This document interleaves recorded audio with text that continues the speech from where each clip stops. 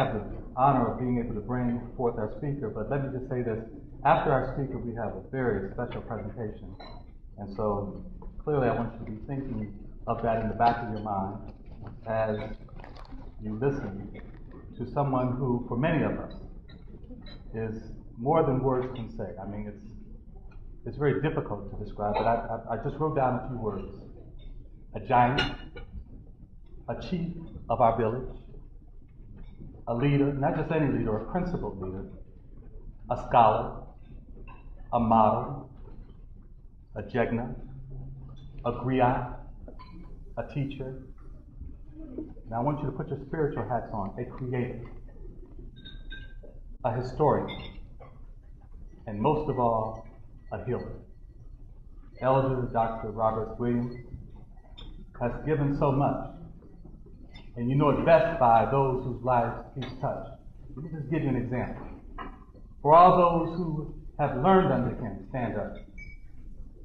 Stand up. Anyone who has been taught by him, stand up. Anyone who has been taught by somebody who's been taught by him, stand up. Anybody who has learned from those who have been taught and taught, stand up. Anybody who's read his work, stand up.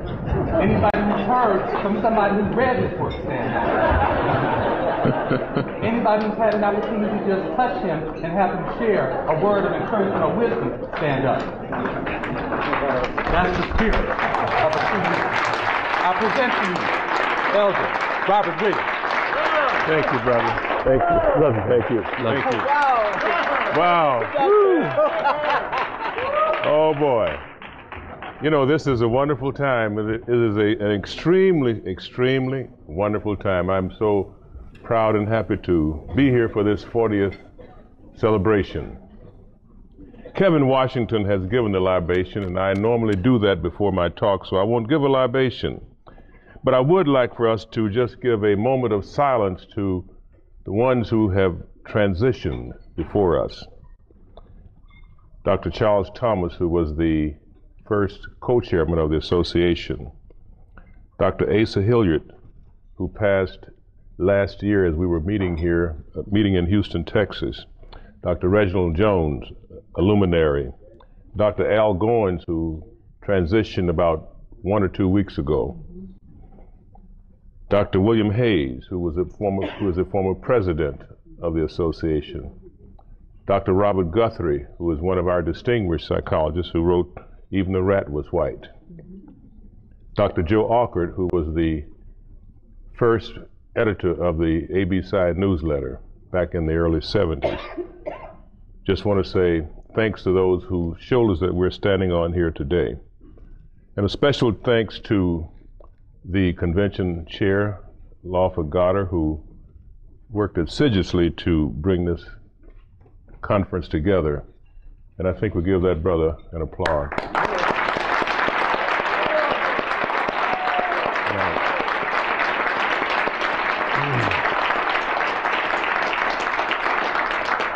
You know, ABC is now in its 40th year, which means that we're no longer children. We're grown adults. And I have watched a lot of you grow up. I've watched Kevin Coakley in 1994 when he came here. And Kevin has grown a lot. I've kept up with his progress. I've kept up with Gail Hamlet. She's been around for a long time. And Samaj and Mawia and all of these were kids really when 40 years ago. Tom Parham. And as I said in one talk earlier, Tom Parham wrote an email to me. He said, Dr. Williams, did you believe that ABC would last 40 years? And I said to Tom, yes, Tom, we have lasted 40 years because we're doing the right thing at the right time for the right people. And we're going to last more than 40 years. So I took as a title for my talk today, And Still We Rose. And still we rose. And that came from a poem by Dr. Angela Mayu, who said, and still I rise. She's a Missourian, born in St. Louis, 1924. Dancer, author, actress, and all.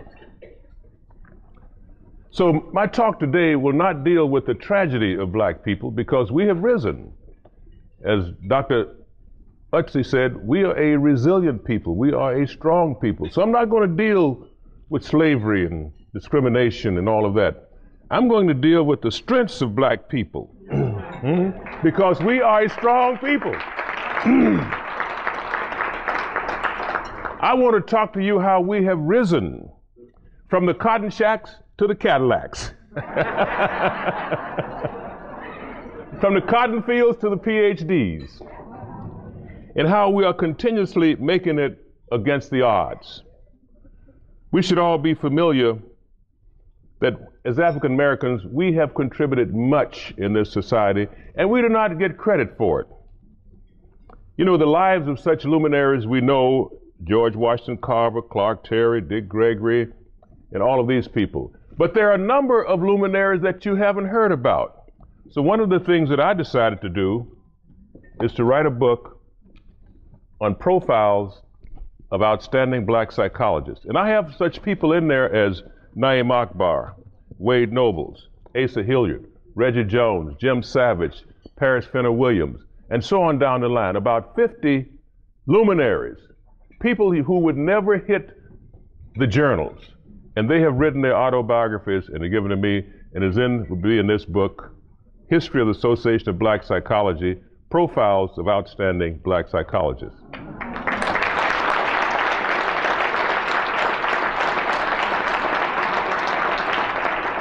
And my charge to the younger generation is to pick up on this and continue the legacy of presenting our black psychologists. And I know that Dr. Benson Cook and Dr. Sean Utsi are doing that.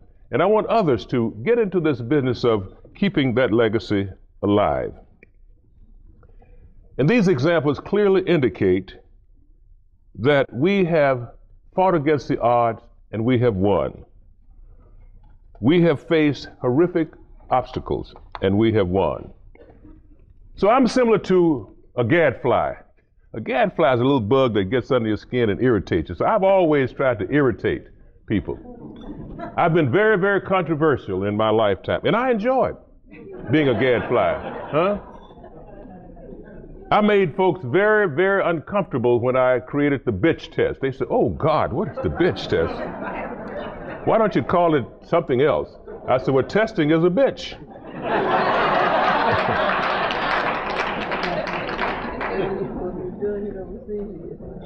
And then I created a firestorm of controversy when I coined the term Ebonics. Right here in Oakland, California, was the cause of that controversy when they said that Ebonics was a legitimate language. So I've had several epiphanies in my lifetime. As I told a group the other day, the first epiphany came when I was sitting on the toilet seat, and the idea for the bitch test just come down on me like that. Huh?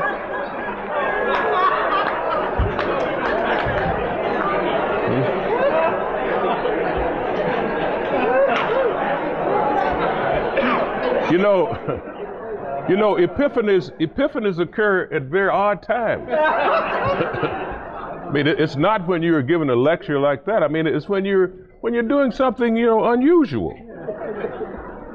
So I've had several epiphanies. One of the things that Dr. Bobby Wright, who was one of my heroes, wrote, we should study white folks. And I hadn't thought about that. They studied us. Said we had talk black English, deficient language, welfare mothers, druggies, and all of those bad things. So I said, well, look, I'm going to look into their psyche.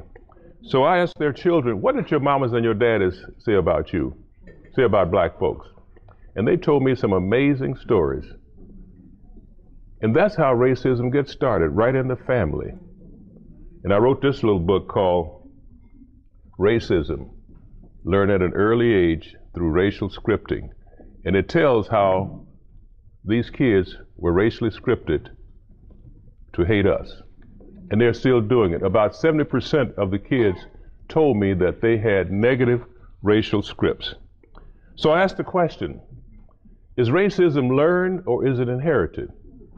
Racism is learned. No child is born with racism, with a racist mind or racist attitude.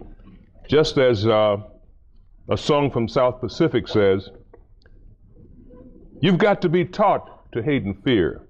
You've got to be taught from year to year. It's got to be drummed into your dear little ear. You've got to be carefully taught. You've got to be taught to be afraid of people whose eyes are oddly made, of people whose skin is a different shade. You've got to be taught before it's too late, before you are 6, 7, or 8. To hate all the people your relatives hate, you've got to be carefully taught. And with that thought, I said, well, look, white folks learn racism from their mothers and fathers. Parents, relatives, teachers, friends, the media, and religious organizations all teach these racist stereotypes and myths. Consequently, racism is socialized into the system, and that's what we have to look at, the psyche of the white person.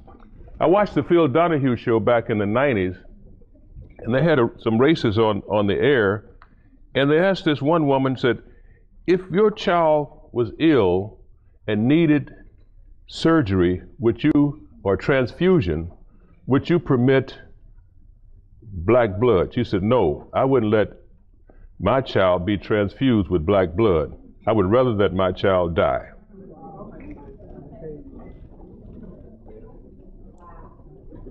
You know, that's very sad. Very, very sad. So what is taught? Racial scripts. Racial scripts are really a series of program messages that parents teach to their children, that the media teach. And secondly, society has created all of these racial myths about us. They portrayed blacks as welfare mothers, thugs, uneducated, happy-go-lucky, no ambitions, dancing fools. Well, we do like to dance, but criminals. And I guess we're going to be dancing tomorrow night, too.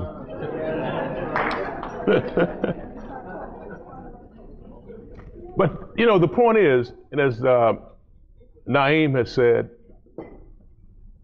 and as Azebo, who is one of my former students, has said, that we have been misoriented and we must become reoriented. Here's one of the ways that we've been misoriented people. We let our kids develop what I call the jockstrap mentality. You know what that is? Want to become athletes. We've got to develop people like you, too, who want to become scholars. Too many of our boys want to become athletes. But we've got to become models for these kids to say that there are other opportunities in the world other than become a Michael Jordan or Kobe Bryant or an Earl Campbell or Dr. J. In other words, rather than running up and down a basketball court, we've got to learn to read books. When I was in college, I didn't run in high school either. I was not an athlete. I did not run track. I did not run in the football field or basketball. I ran my mouth all the time. And anytime anybody brought up an argument, I would take the opposite point of view and win. I didn't care what they talked about. So we've got to get away from letting these kids just become athletes. And I'm not opposed to athletics, but I think the jockstrap mentality has gone too far. If our black boys and black girls can become Olympic scholars, athlete champions, then we know that they can become PhDs, MDs, JDs, and so on. We must begin to develop scholar athletes rather than athletes, because they're not really making contributions to our society. Now, one of the things then that got to me then is, what can we do about this problem? And I looked at several books.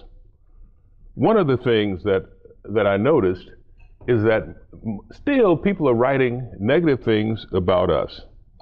And I want to just talk just briefly about greatness. Greatness takes time, people. I did not become what I am overnight, I was born in Little Rock, Arkansas in the deep South, rode on the back of the bus, couldn't go to the library, couldn't swim in the pool, all of those things, kept out. But you know what? I resisted vices. I resisted drugs. I resisted crime and all of those things. And that's what we have to teach our kids, is to resist those things and move away from it into academia in order to become successful. I use the example of the eagle. I patterned myself after. Eagle flies higher than all the other birds. It is the king of the birds. It has the speed, the strength, and the freedom. Eagle attacks what they want to, and that's what I like to do. I see something, I like to attack it. Attack white racism, attack white supremacy. And that's what an eagle does. And it is one that stays the king, and I want to always be that. So I have developed what I call the 7-up theory. And this is for all of you. I'm an eagle, and I'm flying higher than all of you right now. And I'm looking down on you. And I'm saying to you, wake up. Wake up, black folks. The gazelle knows that it has to outrun the lion in order to survive. The lion knows that it has to outrun the gazelle in order to survive. So when they get up in the morning, they do what? They wake up running. And that's what you have to think about, wake up and then get up. Don't just sleep there. This is my second one. Don't just sit and wait for opportunities to come. You have to get up and make them happen. They used to tell me, strike while the iron is hot. If it's not hot, hit it, make it hot. Develop something. Stand up. Dr. Benjamin Mays says the tragedy of life doesn't lie in not reaching your goal. The real tragedy in life is what? Not having a goal to reach. And even if you fail, I heard the woman who wrote Harry Potter said she failed and hit the bottom. And when you hit the bottom, you're on a solid, then you can start rising again. Even if you fail, don't give up. Speak up. And stop saying, you know what I mean? Mumbling. You understand what I'm saying? That bothers me when the kids say that. Don't let them say that. You understand what I'm saying? You understand? No, I don't understand what you're saying. No. Say it right the first time.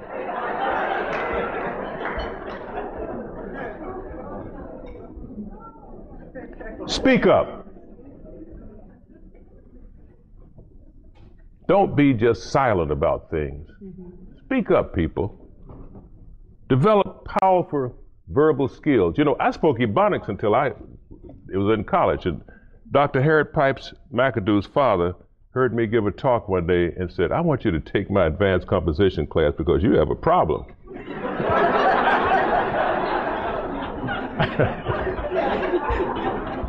And Dr. Pipes took me into his class, and he taught me how to conjugate a verb. And he taught me all about adjectives and adverbs, things I had never heard about. And then he said, take a course in French, and you'll learn how to conjugate verbs. And I did. Dr. Harriet Pipes McAdoo's father was the academic vice president at Philander Smith College. She's not here. I understand that she did not make it. Speak up then. The story about this nurse who was working with this doctor in surgery, and the doctor took out 11 sponges, and the nurse said, Doctor, there's one more sponge in that man. The doctor said, no, I took all of them out. She said, no, you took only 11 out. I counted them. He said, no, I took them all out. And she kept speaking up, risking the fact that she might lose her job. And the doctor said, I'll take full responsibility for this. And she said, Doctor, I don't care. You only took 11 out. He said, you're the best nurse that I've had because I have one sponge under my foot down here that I took out. But we have to risk sometimes losing our job. I remember when I was at Washington University, one of the things that I was, the kids, they really said, Dr. Williams, let's you and them fight. That's what they would put me out there. And I used to go out there in the lead all the time fighting. But the university respected me. Rise up. It is my belief that every one of you and your children and your children's children has been born with a talent, and it's your job to discover it. I didn't know that I would become the Robert Williams that I have become. God bless me. Kept me here 78 years. Thank you.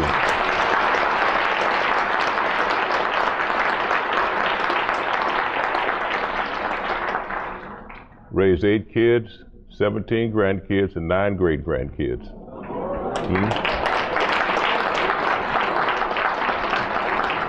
I was telling a group the other day, when I went to college, I would get up at 5 o'clock in the morning, take courses at Philander Smith College from 7 to 10, work from 10 to 10, 6 days a week, then I go home and made 8 babies.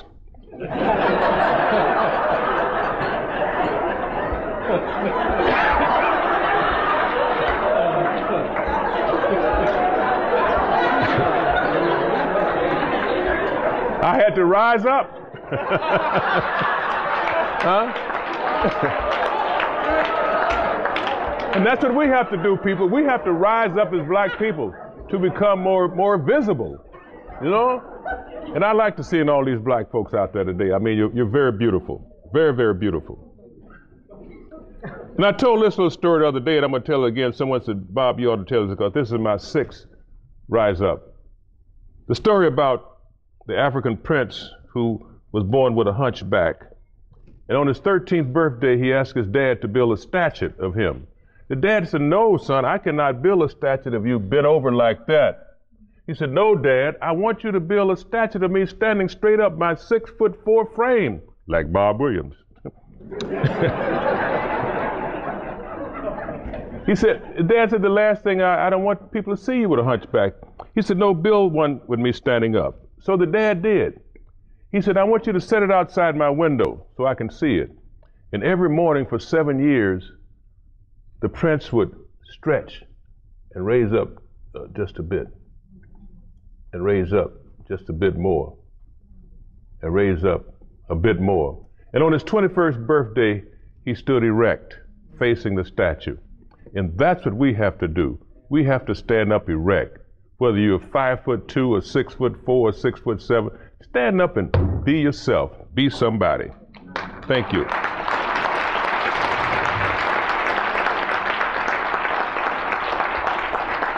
And my last 7-up is, by all means, don't give up. Never give up. The greatest inventions in the world had hundreds of failures. In fact, many of the books that were written were rejected many, many times before they were accepted. People have often asked me, Bob, how did you happen to be successful? I said, I chose not to fail. I chose to be my own captain. And if you can't do any of these 7-ups, then just shut up.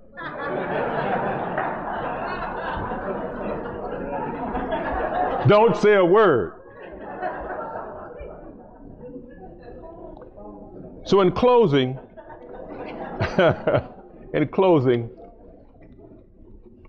I'd like to end with the words of Dr. Angela Mayu, because this poem really inspired me.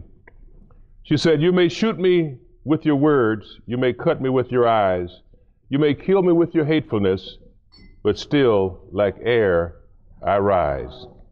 Out of the huts of history, of shame, I rise. Up from a past that's rooted in pain, I rise. I am the black ocean, leaping and wide, welling and swelling, I bear the tide. Leaving behind nights of terror and fear, I rise. Into a daybreak that's wondrously clear, I rise.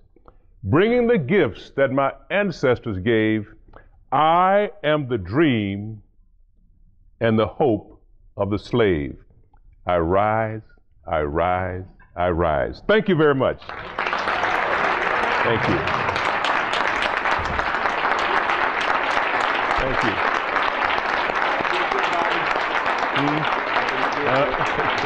All right. Thank you. Thank you. Thank you.